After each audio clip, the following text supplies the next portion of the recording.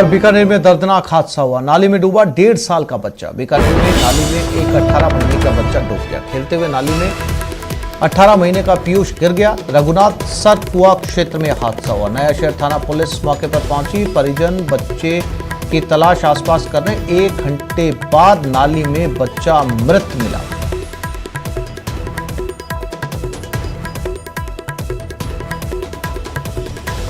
बीकानेर में खेलते हुए 1.5 साल का बच्चा नाली में गिर गया। तलाश की गई और आगे जाकर नाली में वो बच्चा मृत मिला। ये उस मासूम बच्चे की तस्वीरें हैं जो खेलते हुए नाले में गिर गया। बच्चे का नाम पीयूष बताया जा रहा है। इसकी उम्र 1.5 साल।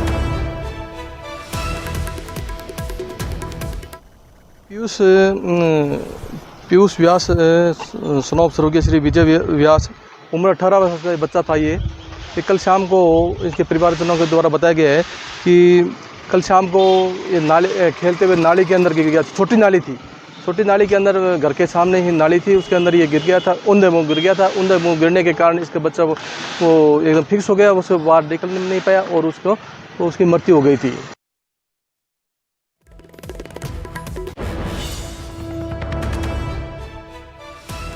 जिस समय बच्चा नाली में गिरा तो क्या आसपास लोगों ने नहीं देखा, किसी ने बचाने की कोशिश नहीं की या किसी की भी जानकारी में नहीं था?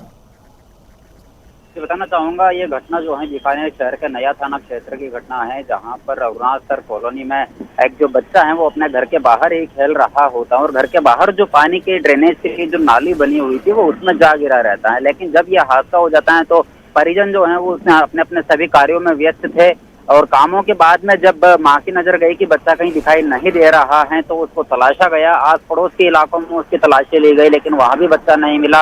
उसके बाद में किसी के सुध बैठी और जाकर के जब नाली में देखा तो वहां पर वो बच्चा जो है नाली में 18 महीने का ये जो पीयूष है ये गिरा हुआ था।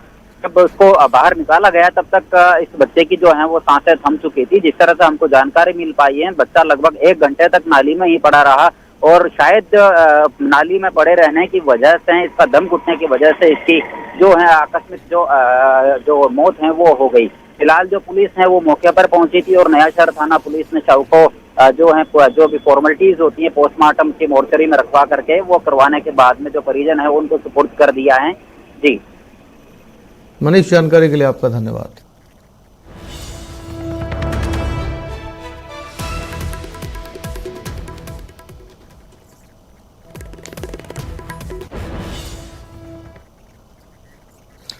और मेयर मुनेश गुर्जर मुख्यालय पहुंची स्टाफ की हाजिरी का निरीक्षण करने। जयपुर नगर निगम हेरिटेज मेयर मुनेश गुर्जर पहुंचे मुख्यालय। अधिकारियों कर्मचारियों की उपस्थिति का निरीक्षण कर रही है। नगर निगम के दोनों गेट बंद करवा दिए गए। देरी से आने वाले कर्मचारियों का पता लगाया जा सके।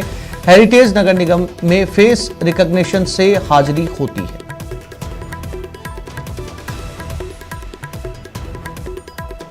तो नगर निगम के दोनों गेट बंद कर दिए गए। देरी से आने वाले कर्मचारियों की पड़ताल हो रही है। महेश धादीच हमारे साथ जुड़ गए। महेश, औचक निरीक्षण कह सकते हैं इसे और दोनों गेट बंद कर दिए गए। ताजा क्या अपडेट, क्या अनुपस्थिति मिली है?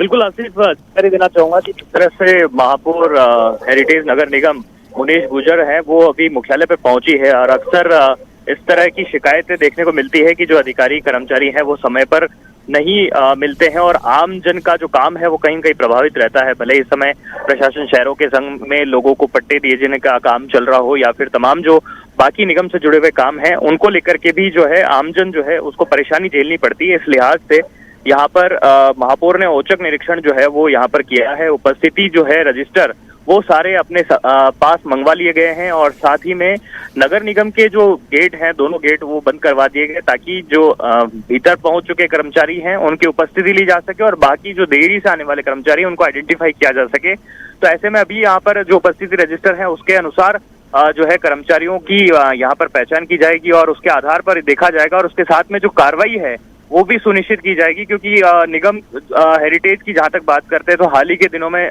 निगम की जो बैठक है वो मंत्री प्रताप सिंह खाचरियावास ने भी ली थी और इसके साथ ही उन्होंने प्रशासन शहरों के संघ में जो लेट लतीफी बरत रहे हैं या जो देरी कर रहे हैं पट्टे देने में या जो लापरवाही कर रहे हैं ऐसे अधिकारियों को भी उन्होंने खूब लताड़ पिलाई थी। तो ऐसे में अब जो है हेरिटेज नगर निगम खासी सतर्कता बरत रहा है और ऐसे में यहाँ पर जो तमाम अधिकारी कर्मचारी हैं उनको अलर्ट किया जा रहा है वे समय पर पहुंचे और आम जनता के जो कामकाज हैं दिन के समय में वे त्वरित निपटाए जा सके, इसे लेकर के जो है निर्देशित भी किया जा रहा है। आसिफ महेश, अगर जो कर्मचारी समय पर नहीं पहुंचते हैं, अनुपस्थित पाए जाते हैं, क्या उनके खिलाफ कार्रवाई की जाएगी?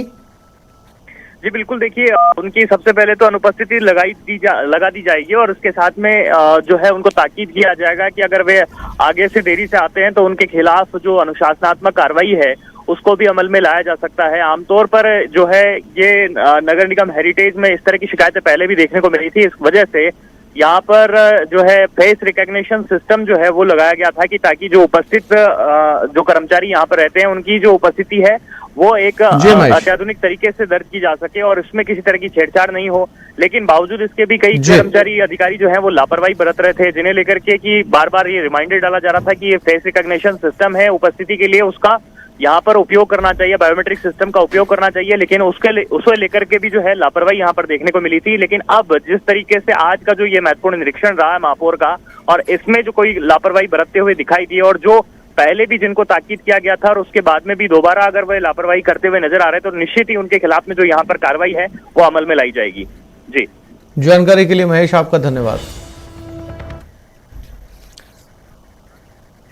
राजसमंद के रेलमगरा में 14 घंटे से प्रदर्शन चल रहा है। हिंदुस्तान जिंक की एसके माइंस के बाहर यह प्रदर्शन चल रहा है। सिंदेसर खुर्द के ग्रामीणों का यह प्रदर्शन है। बड़ी संख्या में महिलाएं भी मौजूद हैं। ब्लास्टिंग से मकान ढहने का आरोप लगा रहे हैं। मलबे के नीचे दबने से कई जानवरों की मौत हो गई। मुआवजे की मांग को लेकर यह प्रदर्शन किया जा रहा है।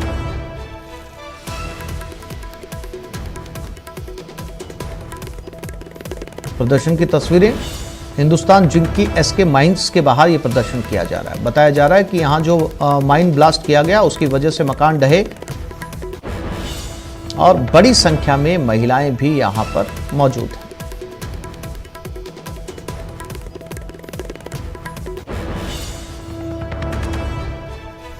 और मलबे के नीचे दबने से कई जानवरों की मौत भी हो गई है। मुआवजे की मांग को लेकर यह प्रदर्शन किया जा रहा है।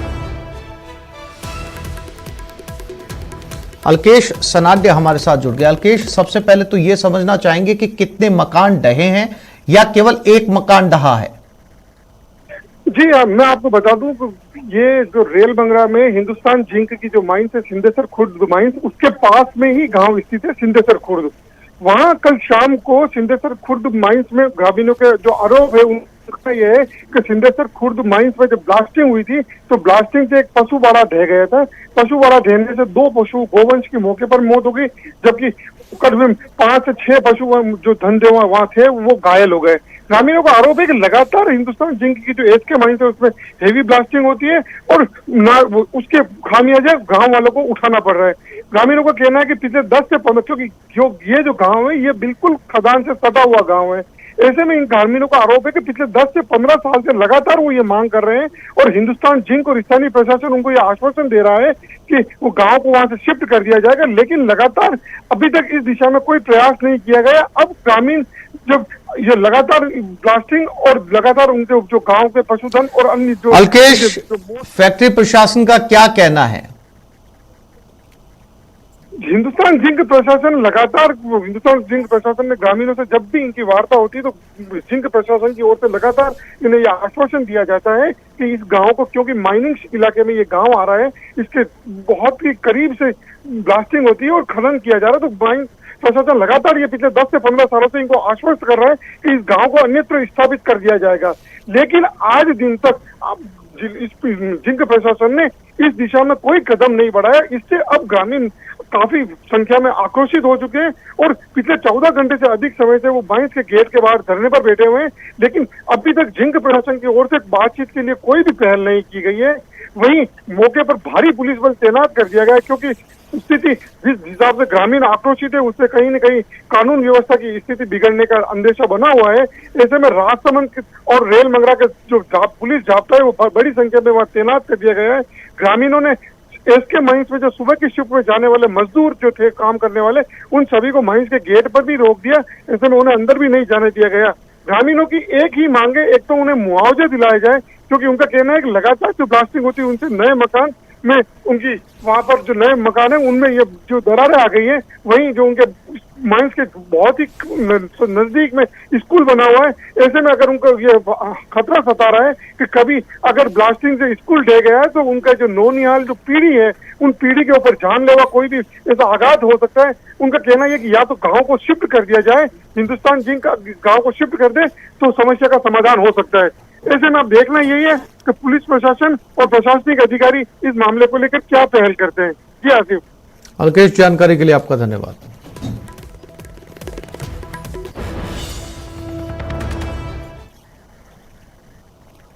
अजमेर गौहर चिश्ती विवादित नारा मामला। पुलिस गौहर को लेकर उसके घर पहुंची, कड़े सुरक्षा घेरे में खादिम मोहल्ला पहुंची है। गौहर की मौजूदगी में घर की तलाशी ली गई। गौहर के पुलिस रिमांड का छठा दिन है। पूछताछ में अभी तक कई राज सामने आ चुके हैं।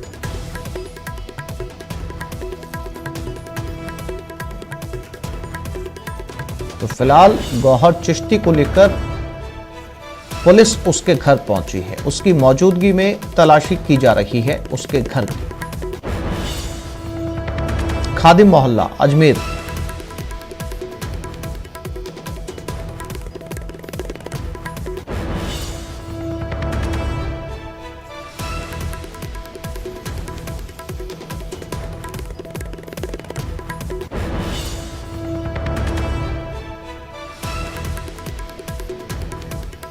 अभिजीत दवे हमारे साथ जुड़ गए। अभिजीत, क्या अभी भी पुलिस जो है वो खादिम मोहल्ले में गौहर चिश्ती के साथ या तलाशी अभियान पूरा कर लिया गया है?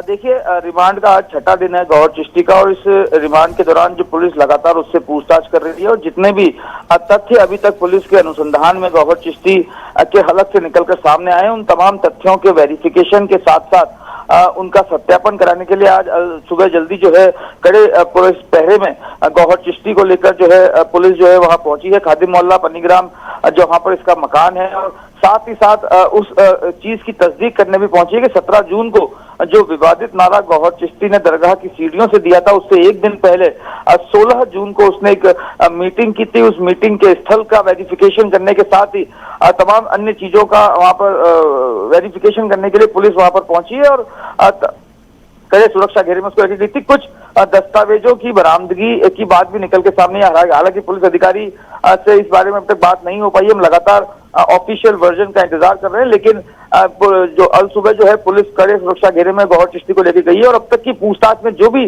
तथ्य निकल के सामने आए हैं उनका वेरिफिकेशन करने के साथ साथ कुछ बरामदगी के लिए जो है पुलिस जो है गौहर चिश्ती को लेकर घर पर पहुंची थी। अभिजीत, जानकारी के लिए आपका धन्यवाद।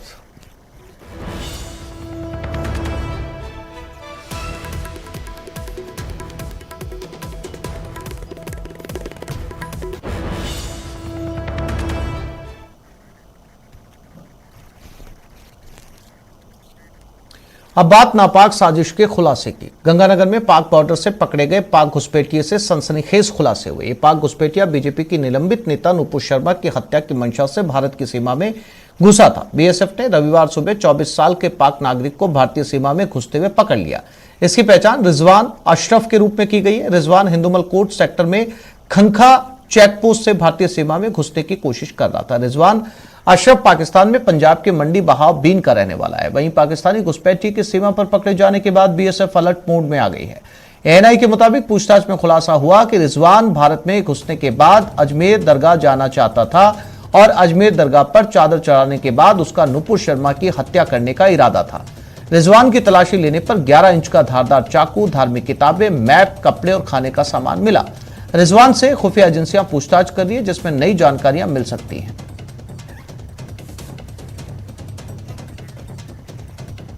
और मामले को लेकर श्रीगंगानगर एसपी आनंद शर्मा से खास बातचीत की न्यूज 18 संवाददाता अशोक शर्मा ने। शनिवार रात सीमा पार पाकिस्तान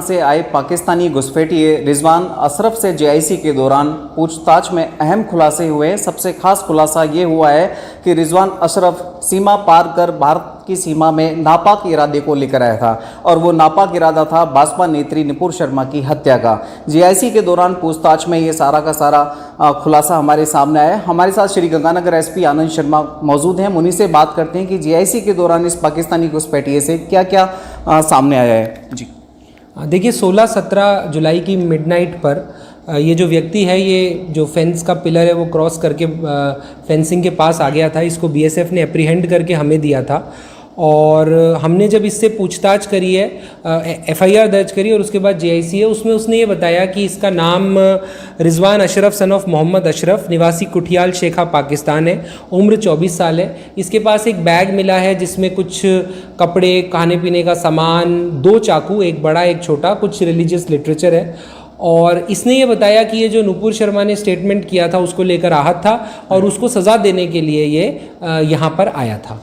तो यहाँ इस मुहिम में क्या वो अकेला था या उसको किसी इस तरह का कोई सपोर्ट मिल रहा था सर सीमा पर पाकिस्तान से? नहीं, अभी तक तो देखिए वो अकेला ही पकड़ा गया है और अभी उसके बैकवर्ड और फॉरवर्ड लिंकेज के संबंध में कुछ भी कहना जल्दीबाजी होगी।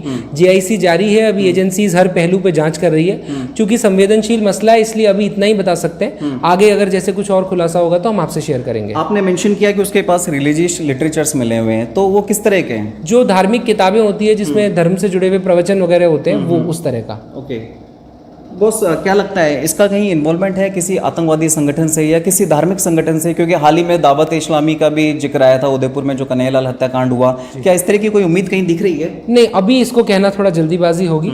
Let us clear the things and then we will share.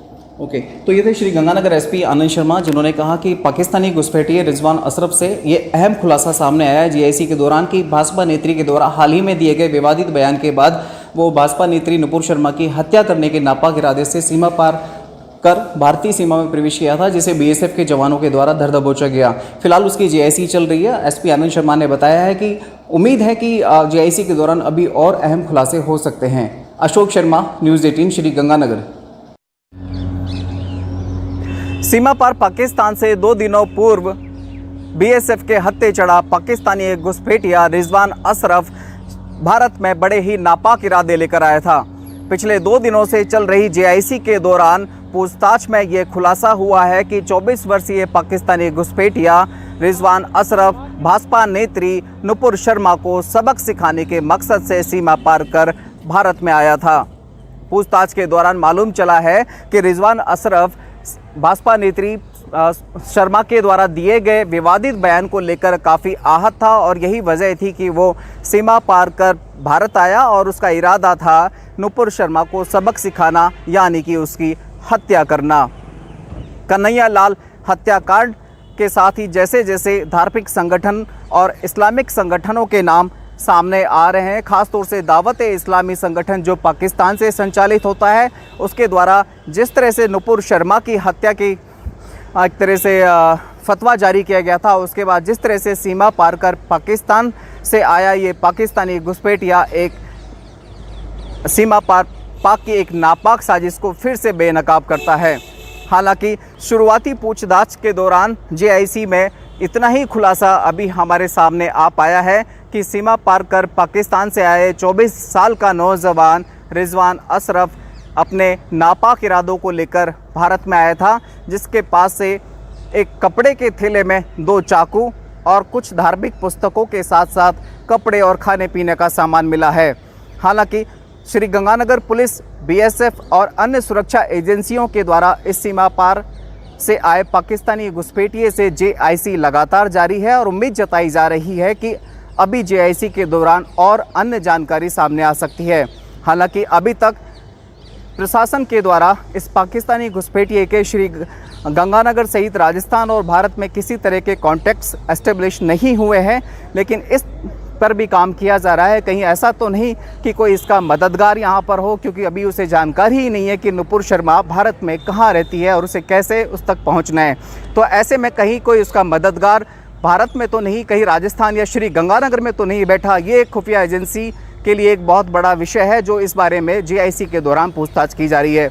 उम्मीद की जानी चाहिए कि जीआईसी के दौरान हो रही पूछताछ में सामने आके और भी अन्य जो खुलासे हैं वो सामने आएंगे और पाकिस्तानी घुसपैठिए रिजवान अशरफ का सच सामने आ सकेगा। अशोक शर्मा, न्यूज़ 18 श्री गंगानगर। और अब बात जालोर की। जालोर में जल तांडव। जालोर में जोरदार बारिश के बाद नाला उफनकर सड़कों पर बहने लगा। उसी सड़क से निकल रहे यूथ कांग्रेस के जिला महासचिव और उसकी पत्नी कार सहित नाले में बह गए। पति करीब 300 मीटर बहने के बाद सुरक्षित बच निकला, लेकिन पत्नी की मौत हो गई। ये मामला जालोर के जसवंतपुरा इलाके का बताया जा रहा है। जालोर से हुई यूथ कांग्रेस जिला महासचिव सोमता निवासी दिनेश कुमार पुरोहित अपनी पत्नी भंवरी देवी के साथ मंगलवार को सोमता गांव के महादेव मंदिर में दर्शन करने के लिए गए थे। दोपहर करीब 12 बजे लौटते समय बीच रास्ते में तेज बरसात शुरू हो गई।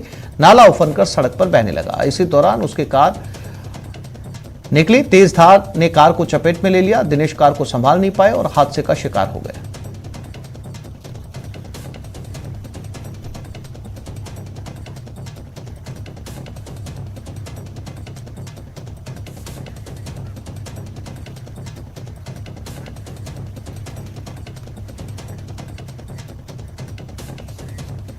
और अवैध खनन पर सीएम अशोक गहलोत की बैठक। खनन माफिया पर नकेल कसेगी। अवैध खनन की रोकथाम को लेकर अहम बैठक है। मुख्यमंत्री निवास पर दोपहर 1 बजे बैठक होगी।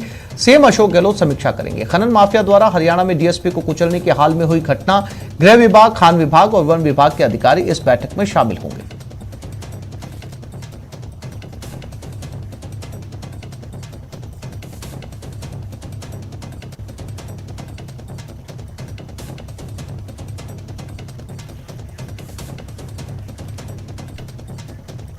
और सीएम गहलोत का आज दिल्ली दौरा। शाम 4 बजे दिल्ली रवाना होंगे। दिल्ली में कल ईडी के खिलाफ प्रदर्शन होगा। सीएम गहलोत विरोध प्रदर्शन में शामिल होंगे।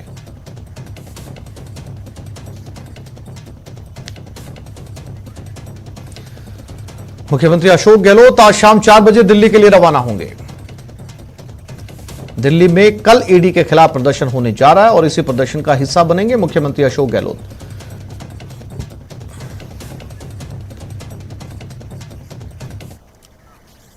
तो इस बुलेटिन में फिलहाल इतना ही। नमस्कार।